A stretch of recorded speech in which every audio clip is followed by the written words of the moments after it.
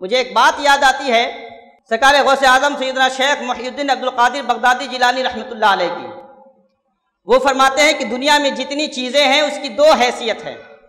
فتوح الغیب میں یہ واقعہ ان کے صاحبزادے حضرت شیخ عبد الرزاق قادری رحمۃ اللہ علیہ نے لکھا ہے۔ فرماتے ہیں کہ دو چیزیں، جتنی بھی دنیا میں چیزیں، اس کی دو حیثیتیں ہیں، یا تو وہ آپ کی قسمت میں ہے یا آپ کی قسمت میں نہیں، کسی دوسرے کی قسمت میں۔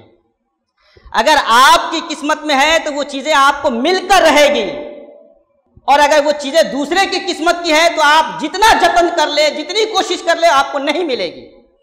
مزید فرماتے ہیں کہ جو چیزیں آپ کی قسمت میں ہیں وہ آپ کو ملنی ہے، اس لیے اس کو حاصل کرنے کے لیے حدود شرع کو مت پھلانگنا، شریعت کے حدود کو پار کر کے ناجائز طریقہ اختیار نہ کرنا، کیونکہ وہ تمہاری قسمت میں اگر ہے تو وہ مل کے رہے گی۔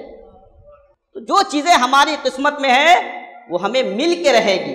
پیغمبر دو عالم صلی اللہ علیہ وسلم نے اپنی زندگی کے ذریعے یہ سادگی، اس سادگی کے ساتھ حضور اکرم صلی اللہ علیہ وآلہ وسلم اپنی زندگی گزار رہے ہیں۔